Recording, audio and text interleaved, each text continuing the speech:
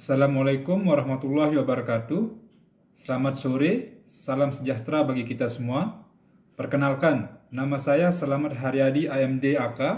Saya bekerja di Kantor Pertanahan Kabupaten Lombok Timur sebagai pengelola keuangan.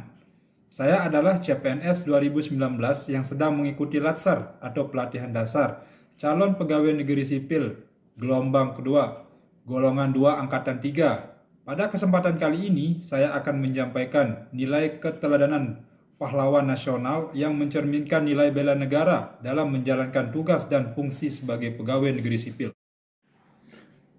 Pada kesempatan kali ini, saya akan membahas tentang salah satu pahlawan nasional, yaitu Dr. Cipto Mangunkusumo.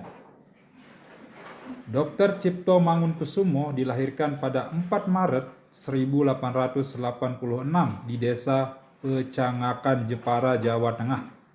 Ia adalah putra tertua dari Mangunkusumo, seorang priai rendahan dalam struktur masyarakat Jawa. Dr. Cipto Mangunkusumo ketika menempuh pendidikan di Ethiopia, Dr. Cipto Mangunkusumo mulai memperlihatkan sikap yang berbeda dari teman-temannya. Teman-teman dan guru-gurunya menilai Dr. Cipto Mangunkusumo sebagai pribadi yang jujur, berpikiran tajam dan rajin. Saat terbentuknya Budi Utomo pada 20 Mei 1908 disambut baik Dr. Cipto Mangunkusumo sebagai bentuk kesadaran pribumi akan dirinya. Pada Kongres pertama Budi Utomo di Yogyakarta, jati diri politik Dr. Cipto Mangunkusumo semakin tampak. Walaupun kongres diadakan untuk memajukan perkembangan yang serasi bagi orang Jawa, namun pada kenyataannya terjadi keretakan antara kaum konservatif dan kaum progresif yang diwakili oleh golongan muda. Keretakan ini sangat ironis mengawali suatu perpecahan ideologi yang terbuka bagi orang Jawa. Dalam kongres yang pertama terjadi perpecahan antara Dr. Cipto Mangunkusumo dan Rajiman Weddiodiningrat. Dr. Cipto Mangunkusumo menginginkan Budi Utomo sebagai organisasi politik yang harus bergerak secara demokratis dan terbuka bagi semua rakyat Indonesia. Organisasi ini harus menjadi pimpinan bagi rakyat dan jangan mencari hubungan dengan atasan, bupati, dan pegawai tinggi lainnya. Sedangkan Rajiman ingin menjadikan Budi Utomo sebagai suatu gerakan kebudayaan yang bersifat Jawa. Dr. Cipto Mangunkusumo tidak menolak kebudayaan Jawa, tetapi ia tolak adalah kebudayaan keraton yang feodalis. Dr. Cipto Mangunkusumo mengemukakan bahwa sebelum persoalan kebudayaan dapat dipecahkan, terlebih dahulu diselesaikan masalah politik. Pernyataan-pernyataan Dr. Cipto Mangunkusumo bagi zamannya dianggap radikal.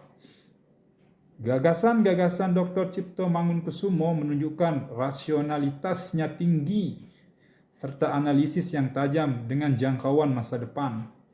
Belum mendapat tanggapan luas. Untuk membuka jalan bagi timbulnya persatuan di antara seluruh rakyat di Hindia Belanda yang mempunyai nasib sama di bawah kekuasaan asing, ia tidak dapat dicapai dengan menganjurkan kebangkitan kehidupan Jawa. Sumber keterbelakangan rakyat adalah penjajahan dan feodalisme. Meskipun diangkat sebagai pengurus Budi Utomo, Dr. Cipto Mangunkusumo akhirnya mengundurkan diri dari Budi Utomo yang dianggap tidak mewakili aspirasinya. Setelah mengundurkan diri dari Budi Utomo, Dr. Cipto Mangunkusumo membuka praktik dokter di Solo. Ia juga berandil besar dalam pemberantasan wabah pes di Malang pada 1911. Berkat jasanya itulah Dr. Cipto Mangunkusumo mendapat bintang emas, penghargaan dari pemerintah kolonial Hindia Belanda.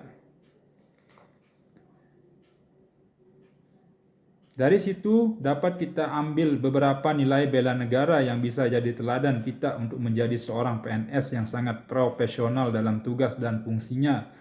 Kita dapat mengambil 3 poin. 1. Cinta tanah air. Dr. Cipto Mangunkusumo menunjukkan bahwa beliau peduli dengan penderitaan rakyat kala itu. Kalau kita sandingkan dengan keadaan hari ini, beliau peduli dengan tanggung jawab sosial. Wujud dari kepedulian tersebut adalah kita harus memberikan kontribusi nyata dan utuh untuk kemajuan bangsa dan negara. Sebagai seorang PNS, kontribusi tersebut dapat dilakukan dengan bekerja secara profesional dan terukur. 2. Sadar berbangsa dan bernegara. Pada masa kolonial, toleransi beliau yang merangkul semua golongan untuk menjadikan bangsa ini bangsa yang bisa mewujudkan Indonesia yang kuat dan merdeka. Pada saat ini kita dapat melihat dan pelayanan yang tidak membedakan, tidak melihat pangkat dan golongan. Dari toleransi tersebut, kita dapat mewujudkan pelayanan yang lain, pelayanan yang lebih profesional agar tugas dan fungsi ASN dapat terpenuhi dengan baik. Dan poin terakhir, rela berkorban demi bangsa dan negara.